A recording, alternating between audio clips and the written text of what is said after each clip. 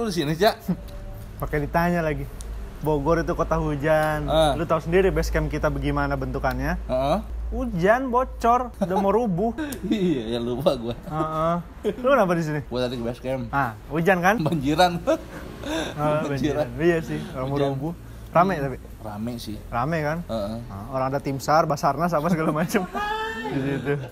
Ada tim SAR, Basarnas gitu-gitu. Emang kita harus fleksibel kalau nongkrong. Kalau base camp memang dirasa tidak mumpuni, kalau musim hujan ya pindah. Ya, nomaden ya. Nomaden. Sama no mention ya kita ya. Ya. Kita no mention ya, apalagi di kasus-kasus yang pengen kita bahas. Sama anak-anak sekolah kan kelasan gue banyak yang ngebahas. Tapi kemarin sempat gua itu kan anak-anak aman tapi. Oh, debat kusir mah tetap jalan mereka. Debat kusir tetap jalan. Debat kusir tetap jalan. Emang passion mereka tuh gibah debat. Emang sekarang lagi ramai apa di kelas lu? Wah, tadi agak kisruh sih ngebahas tentang ini seorang influencer gitu yang dituduh melakukan pelecehan seksual. Siapa, Cak? Skucuy. Gofar. Iya dia jadi kemarin tuh malam-malam apa kok nggak salah ya muncul sebuah tweet di Twitter. Dia bilang dia punya pengalaman buruk, katanya dia pernah dilecehkan di depan publik ya, area publik. Siapa itu? Cewek. Oh, cewek nge-spill di Twitter. Dia nyeritain kronologisnya lah, jadi kayak dia datang ke sebuah acara di rumah Opa apa nggak salah tuh. Ya, terus ya gitu, mungkin kayak dugem gitu lah, party gitu. Terus ada Gofar, mungkin dia perform gimana segala macam. Terus si cewek ngedeketin katanya mau bikin Instastory. Ternyata katanya tangan si Gofar ini malah kemana-mana. Gitu. Terus pas dia gituin, respon orang-orang di situ katanya, disorakin gitu. Dia enakin kok nggak mau. Nyorakin si cewek. Nyorakin si cewek karena ceweknya ditarik sama cowok gitulah katanya. Udah jangan di sini, lu aman di sini gitu katanya. Kejadiannya kata maksudnya 3 tahun yang lalu kalau nggak salah. Kejadiannya udah lama. Udah lama katanya. Dia baru berani speak up sekarang mungkin. Kenapa baru speak up sekarang? Kalau dia bilang kenapa? Karena dulu dia sempat coba sekali speak up di Instagram, cuman akhirnya di take down karena dia belum kuat mental gitu. Jadi kayak ada pihak-pihak yang malah menyudutkan dia. Harusnya kan dia sebagai korban kan. Gitu katanya. Jadi dia akhirnya dia take down terus baru memberanikan lagi speak up sekarang dengan mungkin udah persiapan mental yang lebih baik, di support sama teman-temannya sekelilingnya. Jadi dia lebih oke, gue ngomong aja deh gitu sekarang ini. Itu yang kemarin rame di kelas gua. Kacau juga ya ceweknya. Kok ceweknya sih? Ya gue juga nggak tahu sih mana yang benar ya. Kan belum bisa dikatakan ini 100% akurat gitu. Betul. Tapi kalau misalkan seandainya pun terjadi benar gitu, ya kasihan ceweknya. Sebenarnya gini, Cak, kasus-kasus spal spill kayak gitu tuh udah sering banget terjadi. Ya. Di Twitter orang nge-spill apa, orang punya aib di-spill segala macam. Itu tuh udah lumrah. Toh pada kasusnya ujung-ujungnya berakhir dengan ya udah tenggelam gitu aja. Kasus Gofar yang lu ceritain ke gua tadi, itu tuh kayak masih ambigu. Ini sebenarnya yang salah apakah ceweknya, apakah si Gofarnya gitu. Ini kan masih garis abu-abu. Bisa jadi memang si ceweknya juga yang salah, bisa jadi. Ya. Kalau misalkan sebetulnya dia bikin skenario yang salah ternyata kayak ini ya, mungkin kalau dulu ada Justice for Audrey.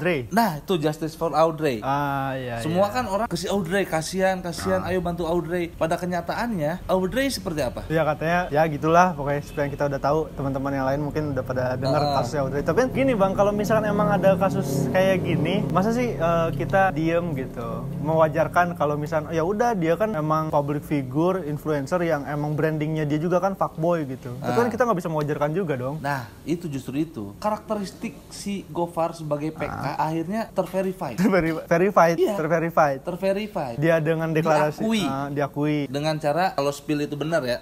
Kalau spill itu benar di luar kasus pelecehan atau enggak, gue sih salut sama Gofar karena branding dia berhasil gitu.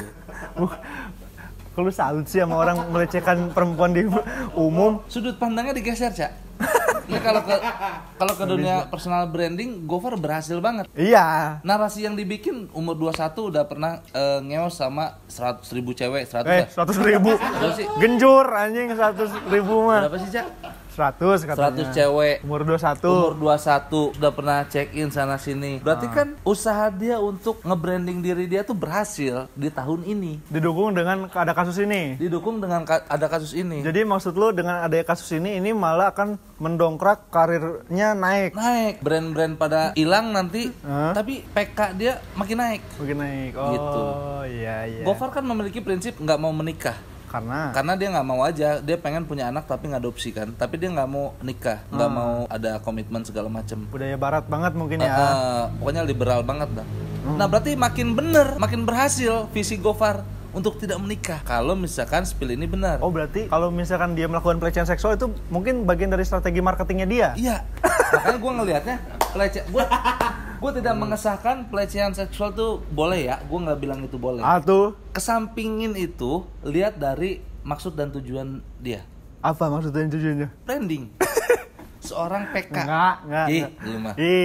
Nggak ada artis atau influencer apapun milih brandingnya tuh jalur seksual harassment, nggak ada. Lah, lu mah banyak, Cak. Cuman dikit aja yang sorot. Nggak ada orang gara-gara kasus pelecehan seksual tiba-tiba jadi artis, Bang.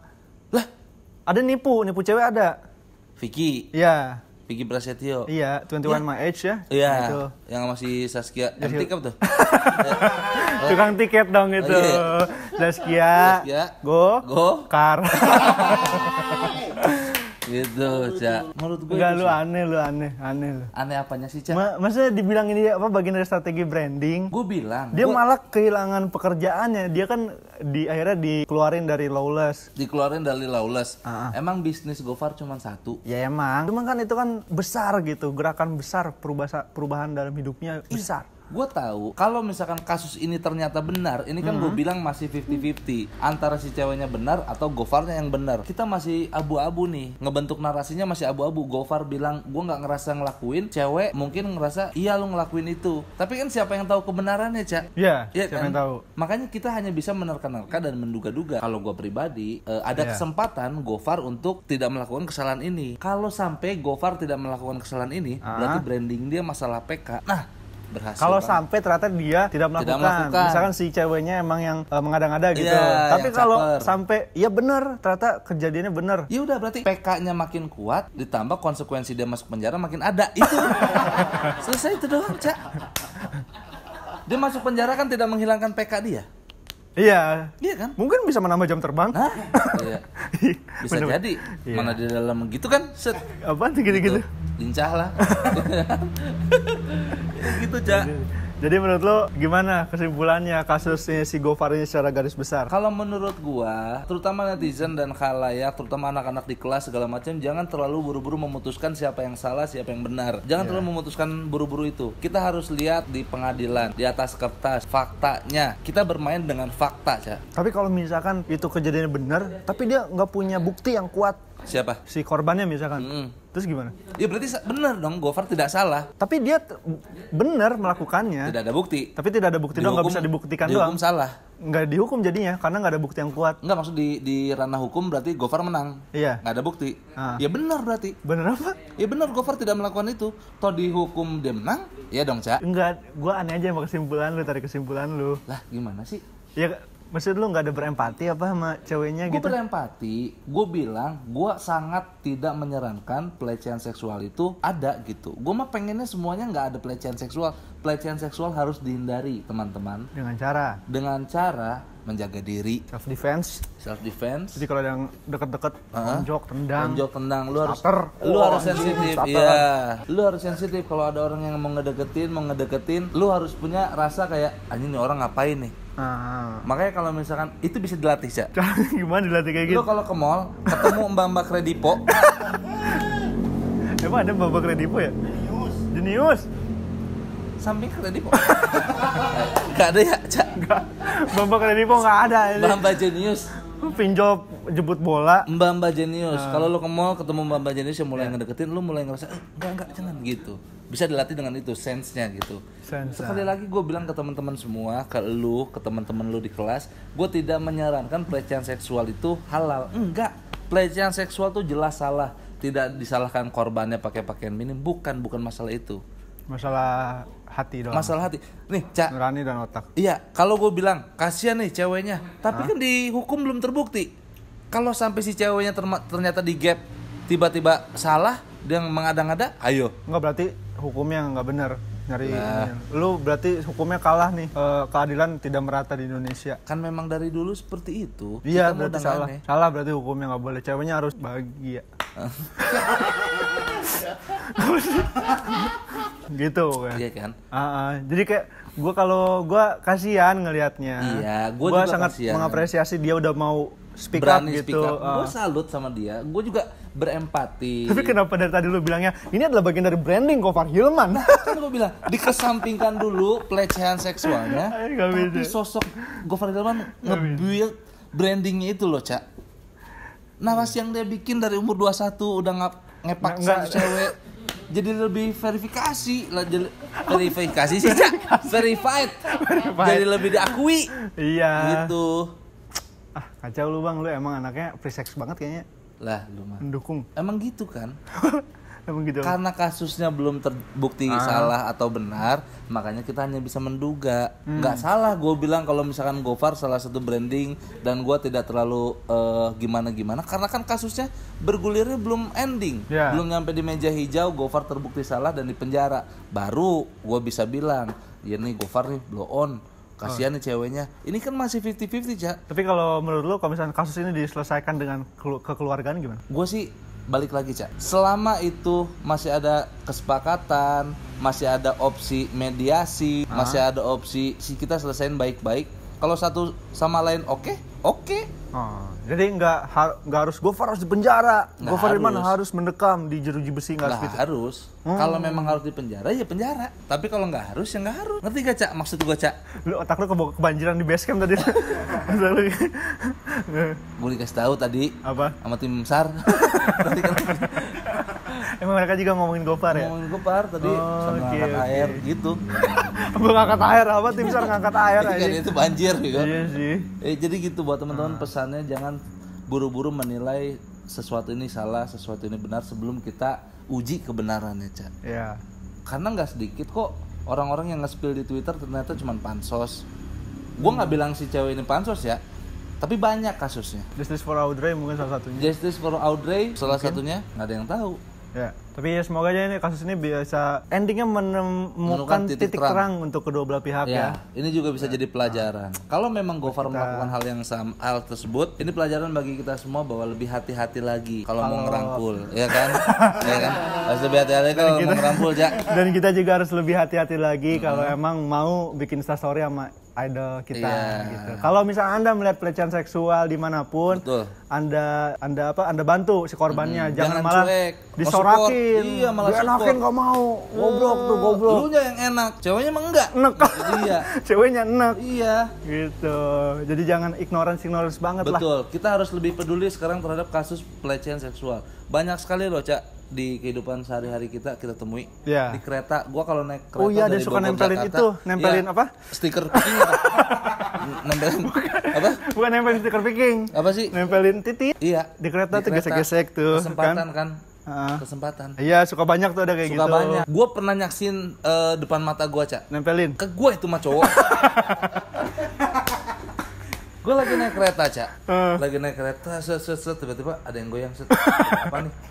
Terus gue lihat dia ngeluarin, Cak. Ngeluarin titit. Naikkan dong. Jadi jangan ditiru ya, teman-teman. Itu bercanda, Cak. Emang berarti itu outdoor ya sih. Iya. Kok outdoor sih, Cak? Outdoor, open public. Apa sih? Di luar gitu, di luar ruangan. Iya. Makanya kita harus lebih aware lah sama kasus pelecehan seksual. Betul. Di kereta seringkali kita temui, Cak. Hati-hati. Ada juga yang suka bilang kiu. Gitu. Nah, itu namanya catcalling. Anjir, manggil kucing? Bukan. Apa? Catcalling itu adalah pelecehan seksual berbentuk verbal.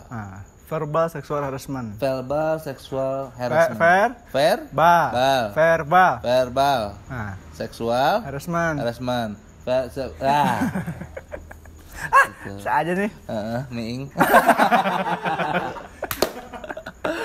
Ya, kita harus lebih aware lagi ya. Kalau ngelihat sesuatu di depan mata kita, ada acara apa, ada cewek yang kira-kira wah, dia lagi terancam nih. Nah, bener, Cak. Di Twitter gua kemarin nemu. Apa?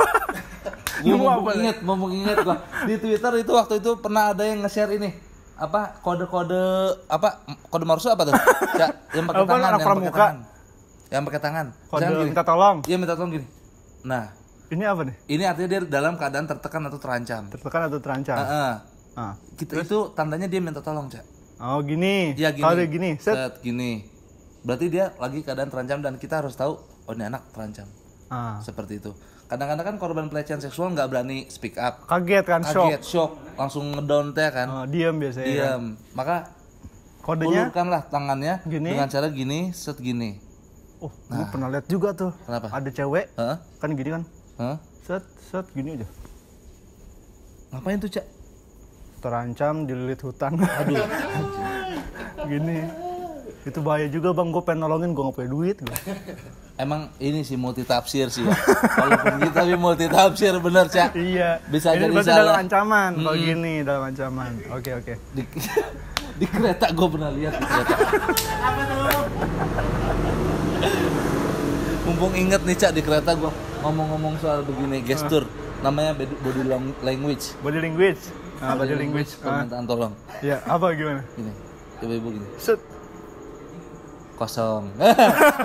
Hilang kan ya? Sulap. Hilang. Bukan sulap, bukan. Gitu, Cak ya. Mana bawa saya mana, Mas ya? Gitu.